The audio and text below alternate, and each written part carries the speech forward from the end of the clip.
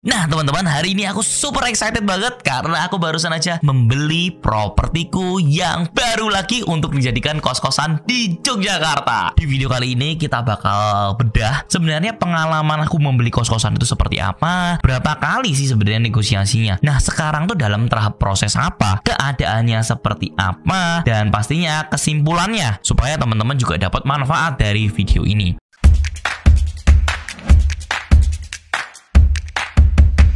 Oke, kita akan masuk dari pengalaman dulu. Gimana akhirnya aku menemukan properti ini? Sebenarnya ceritanya cukup unik ya, karena properti ini tuh posisinya dulu aku sempat ditawarin sama seorang agent. Agentnya ini kebetulan memang sudah beberapa kali aku ajak ketemuan, aku ajak ngobrol-ngobrol, kebutuhan aku tuh seperti apa. Nah, pada waktu itu dia ngechat aku, "Pak, ada properti yang kayak gini, sesuai dengan kriterianya Bapak." Nah, kemudian aku bilang, "Wah, menarik Pak, kalau misalkan di daerah sana, apalagi kalau saya lihat titiknya itu benar-benar dekat dengan kos-kosan saya yang sudah saya pernah beli. Kebetulan dekatnya tuh sama di kos 2, kurang lebih 3 menit lah kalau naik mobil." Nah di situ pertama pastinya ngecek dari Google Maps kan, kemudian datang ke sana, habis itu lihat rumahnya. Bahkan teman-teman, kalau teman-teman sadar, rumah itu sebenarnya sudah pernah masuk di YouTube channelku. Tapi kalau teman-teman ngikutin pasti udah tahu deh rumahnya itu seperti apa. Kemudian ketika masuk ke dalam rumahnya, aku ngeliat-liat kok ini kayaknya banyak banget nih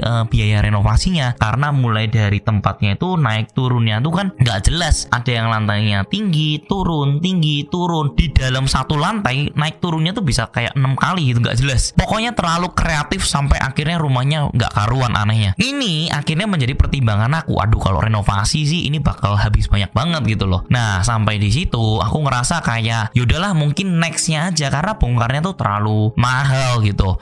Aku skip dulu, dan ternyata selang berapa lama itu nggak pernah ada kabar apa-apa lagi. Kebetulan aku juga cuman asal nembak harga dan nggak pernah ada ngobrolan apa lagi. Sampai suatu ketika ya, posisinya kan sekarang aku tuh ada di Jakarta, kemudian saya hunting properti itu di Jogja. Pada saat itu, waktu saat aku di Jakarta itu menjadi mental block sendiri ya, yang dimana aku ngerasa kayaknya nggak bisa deh. Nah sampai aku mikirin aku harus merubah mindsetku bahwa semuanya tuh possible.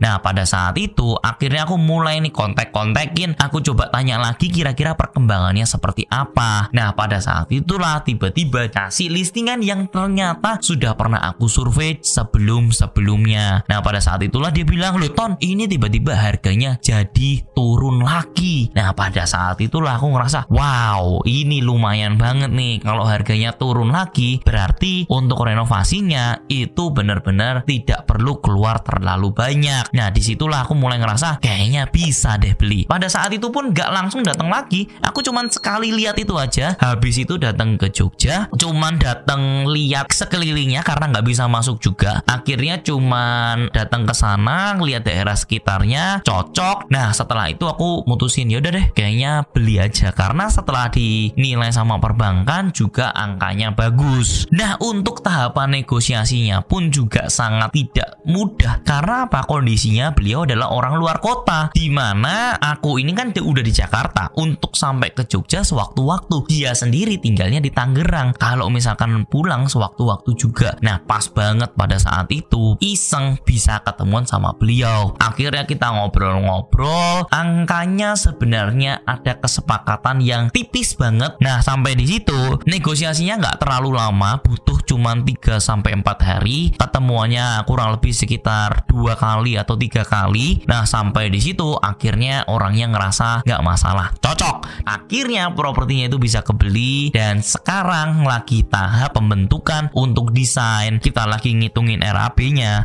dan harapannya ketika AJB nanti semua pekerjaan mulai dari desain sudah selesai, kontraktor juga udah selesai, dan ketika AJB sudah ketok palu, kita pilih kontraktornya yang mana dan sudah mulai bisa jalan. Itu sih sebenarnya perjalanan akhirnya bisa mendapatkan kos-kosan yang baru lagi. Rumahnya sih kalau misalkan untuk detail, luas rumahnya sekitar 150, luas bangunannya karena ada void di lantai 2-nya kurang lebih sekitar 200. Semoga nanti kita bisa update kurang lebih jadinya berapa kamar, terus juga bentuknya seperti apa, konsepnya seperti apa. Nanti aku bakal detailin lagi kalau teman-teman suka video tentang storytelling seperti ini. Dan teman-teman sebenarnya aku tuh pengen kasih tahu ya ke teman-teman udah nonton videoku, apalagi yang sudah ikut workshopku, pastinya kita itu punya yang namanya mental block. Ketika kita ditolak oleh penjual, negosiasinya nggak berhasil, itu pasti akan ada mental block di dalam diri kita. Kita ngerasa ini nggak works, ini nggak works. Tapi pada buktinya semua bisa kita lakukan kalau kita benar-benar tidak menyerah. Jadi jangan pernah membatasi diri Bapak Ibu. Jangan seperti saya yang dulu tuh ngerasa kayaknya udah nggak bisa nambah lagi karena saya posisinya di Jakarta. Jangan bentuk mental block dalam hidup kalian. Kalian kalau punya sesuatu, kalian ingin sesuatu,